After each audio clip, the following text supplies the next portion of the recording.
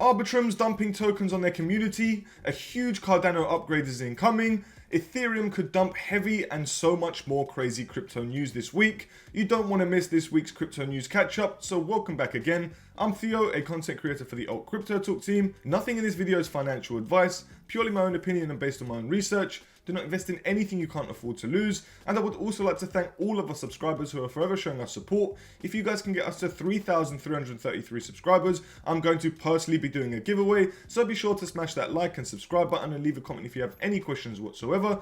And be sure to follow us on Twitter at AltCryptoGems for daily crypto content.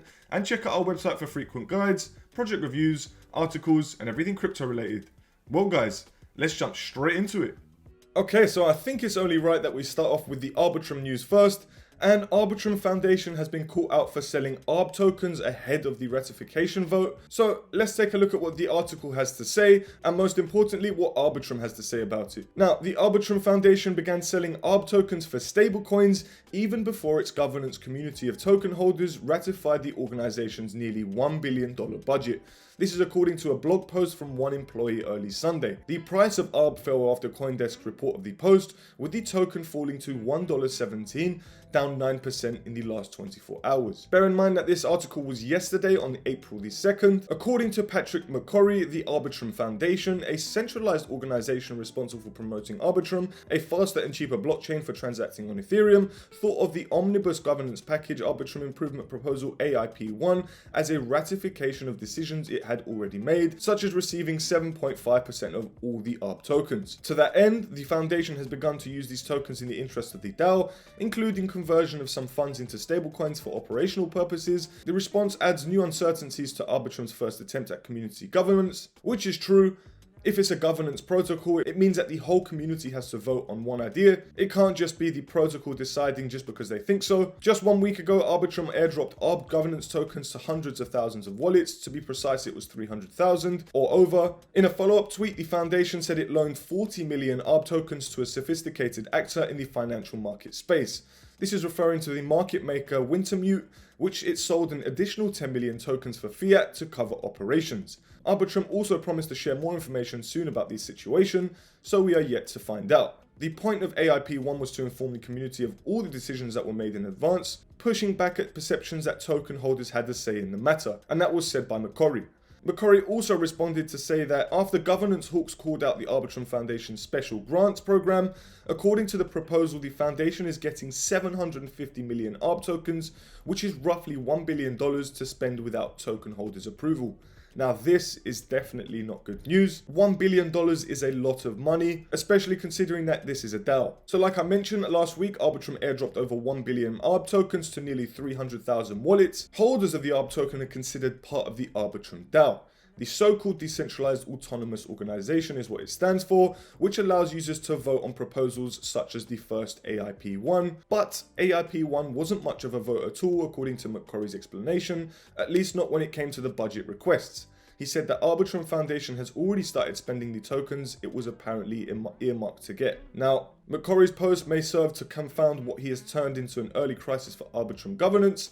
Votes in favor of ratification were winning until the past few hours. The tide, however, has now shifted strongly towards rejection, raising questions of what will happen if AIP1 is defeated. McCorry responded saying there's a chicken and egg problem in setting up decentralized governance structures. In this case of Arbitrum, certain parameters need to be decided ahead of time, including the structure of a security council that wields emergency powers, deciding voting mechanics, and of course the funding. Whereas AIP1, which was the one that everyone has a problem with, framed the foundation's power to issue special grants without community votes as an effort to avoid voter fatigue. McCorry said these blank check powers are fundamental to the ecosystem's competitive edge. He referred to recent efforts by Polygon and other blockchain companies to land deals with the likes of Starbucks, partnerships that happen behind closed doors. While it would be incredible if all traditional companies agreed to do everything on chain, that is not realistically going to happen, he said. Now, here's a tweet that explains it in another view. This is by cringe.eth. He said, "Today I looked into what's happening at Arbitrum and what I have found was not very encouraging to say the least, as someone who holds 1.4 million ARB tokens.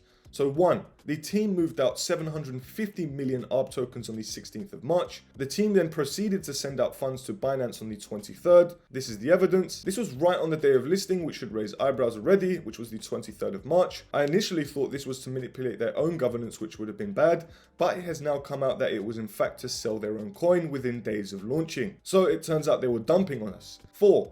Many pointed out, including myself, that the Arbitrum token has felt like it was being held by certain large cells that just didn't make sense. Right now, 50 million ARB tokens is likely to have been sold by Arbitrum team with no clearance from the DAO. So this is what they have said from Arbitrum themselves, where we could have communicated better. We believe that a lot of the negative sentiment around AIP1 was driven by confusion around the notion of AIP1 being a ratification and not a request. For those that didn't realize that this was ratification, they may have been surprised to see that the Foundation's tokens have already been separated and begun to be utilized. In hindsight, we should have made it clearer that this was indeed a ratification of a decision that had been made, which explains why there has been movement in the treasury that has been set aside for the Foundation. The Foundation treated this as a ratification of its initial setup, not an initial grant request from the DAO treasury, and indeed has begun to use these tokens in the interest of the DAO, including conversion of some funds into stablecoins for operational purposes. Arbitrum team, it is very important that you do give clearer communication. This is definitely not on. At the time of writing, this 70% has voted against AIP1 and climbing ever so. It's clear that the Arbitrum team has breached its trust of being a DAO giant in this industry. Well, that is very true. So Arbitrum, you need to give a clearer statement on what's happened. No lies, no rubbish, straight up truth. That's what we all expect. Down here, he also said an important thing to note, which has been put to light by Chainlink God, is that with the current parameters for creating a proposal, aka having 5 million ARB, there are only 4 eligible delegates that fit the criteria, which could lead to various problems in itself. So like it says here, as mentioned in this thread, the 5 million ARB minimum threshold for the creation of an on-chain proposal seems far too high, with only 4 delegates currently meeting this threshold. I have seen with ENS, which is Ethereum Name Service, and other DAOs, that as people liquidate their airdrops over time to other market participants, the top delegators see their delegations amounts decrease. The new acquirers of the governance tokens often don't delegate. A high minimum threshold can lead to various issues, including centralization of delegation power to a few actors, which doesn't seem ideal and definitely not decentralized. For the above reasons, I have voted no against AIP1, though I am open to changing my mind based on new information as it arises. So in conclusion, Arbitrum, this is really not good, but they have listened. The governance still seems to be alive, and let's hope that they can regain their trust. Let's move on to the next article and we leave that one behind. The next big one is Ethereum's Shanghai Upgrade, which will actually unlock Ethereum that has been staked since the merge, potentially leading to selling pressure that market participants could ride out or take advantage of. Now, could this be the long-awaited crypto crash that is about to happen? Potentially. It kind of makes sense to me. If there's going to be a lot of Ethereum leaving the market, there will definitely be a dump on a lot of altcoins, not just Ethereum, however Bitcoin as well. So let's see what the article has to say. The Ethereum network is set to undergo its next upgrade called Shanghai on April 12th, 2023, which is just 9 days around the corner. When the upgrade does go live, the Ethereum that has been staked and locked with the merge will now be unlocked and free to go on the market. So market participants are motivated to start their Ether because they are now able to generate rewards paid in ETH from the network for their staking contributions. It no longer requires significant upfront investment into mining hardware and software to reap the blockchain rewards from the Ethereum network, but the downside to staking Ethereum after the upgrade was that those staking or those running validator nodes were required to stake their ETH until the next upgrade. This lack of liquidity for ETH holders created an illiquid amount of ETH that was unable to be sold during the last few months. So many critics of Ethereum have said that this has created full supply and demand levels and liquidity on the network. While Ethereum has rallied over the last few months, many investors are concerned that when the staked Ethereum becomes liquid, the selling pressure will drive down the price of Ethereum. Now, there are currently over 16 million staked Ethereum, which will be available for withdrawal once the Shanghai upgrade is live on April 12th. Not all of those 16 million ETH will be liquid at the same time, as developers have implemented a queue for withdrawals. ETH will be available for withdrawal every 12 seconds, and only 16 withdrawal requests can be met at each opening. Now, 16 million ETH is a lot of money, which 16 million ETH is over $28 billion. Guys, that is a ridiculous amount of money that is about to be liquid. If all 16 million ETH is sold on the market, we are set for a big drop that is inevitable. Now, if we look at Ethereum's market cap of $214 billion, that is over 10%, roughly around 12% of the total market cap that will be dropped out of the market. Guys, that will be a huge dump for Ethereum, definitely over a 10% dump, because there will be more than 16 million ETH sold on the market once retail investors start to panic. Now, to me, this is a good thing, because if it does dump, I would definitely be buying. But guys, with Ethereum, I would be very careful. If you're holding ETH, maybe it might be best to hold it in stablecoins. It's not my financial advice, that's personally what I'm doing, but let's just leave it like that for now. So moving on, we've got another article about the UK and crypto regulation. Over the last few months, I've been talking about crypto and regulation in the UK and the United States, and yet again, the UK are making it even harder, which will drive British citizens outside of the country if they make it impossible to trade crypto. I'm not going to go into too much detail on this article, however, earlier in March, HSBC and Nationwide banned cryptocurrency purchases via credit cards to retail, and also a larger list of banks. It wasn't just HSBC and Nationwide,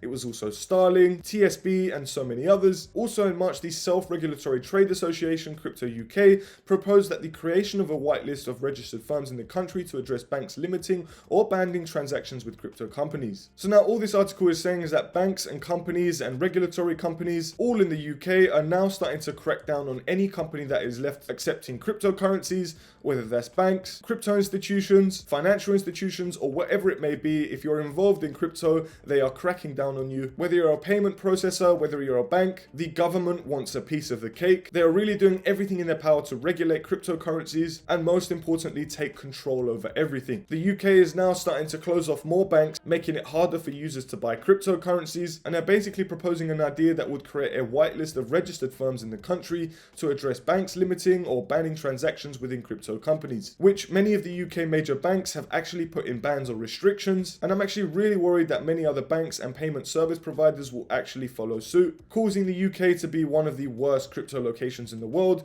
However, for some reason, it is actually ranked the #1 crypto haven in the world right now, which doesn't make any sense. Personally, I hate the way the UK is managing blockchain and cryptocurrencies. I hope it comes to a change. But let's move on to the next article. Well guys, I'm sure you've seen all the FUD on Twitter against CZ, and recently Matt Damon has just redeemed himself with the Crypto.com commercial that caused him a lot of stick. So the CFTC, which is the Commodity Futures Trading Commission in America, is suing crypto's top centralized exchange, Binance, along with the CEO Changpeng Zhao, aka CZ, which is due to unlicensed derivatives trading. The lawsuit doesn't end there. The exchange also stands accused of having insufficient AML and KYC controls, which is anti-money laundering and know your customer controls, which supposedly helped US clients evade regulators. Not only is the CFTC after them, but they also got struck with an SEC lawsuit, which CZ claims to be all FUD. He says ignore it all is fake. These are all just attacks on him and in the company, which, let's face the facts, they have really been getting stick for months. The United States really wants to see Binance leave. They hate the fact that they're dominating the market. And down here, crypto analytics company Nansen did some on-chain sleuthing and saw that Binance customers weren't all that fazed by the news either. And guys, I thought I had to go through this article as well. Polygon launched the long-awaited mainnet for its new Polygon zkEVM network on Monday, which we've gone through in a video already. And here we can see that Vitalik Buterin was the first person to make a transaction and actually sent a hidden message within it. So here it says, Vitalik Buterin did the symbolic first ever transaction on Polygon zkEVM, and it has a message on it. Millions of constraints for man, unconstrained scalability for mankind. Goosebumps. So that is pretty cool, a nice little message, very philosophical. That's not all he did. Vitalik Buterin sent the transactions on Polygon zkEVM. He is a man of culture. Ensure the gas limit is 69042, which is the numbers of the crypto world and many other things we know of. That is really cool. I like that. I like the fact that he was the first person to do the first transaction on the Polygon zkEVM network. We've also got Gordan Ramsay joining Hell's Kitchen on the Sandbox metaverse. This is also huge. And then we've got also a video of Matt Damon explaining his Crypto.com commercial. Let's give it a little watch. The story behind that for me personally was that we had a down year in water.org. I did that commercial in an attempt to raise money for water.org, and I have to say, crypto.com, like I gave my whole salary to water.org because we were down, and crypto.com heard about that and they gave $1 million to water.org. Like completely just on their own. So I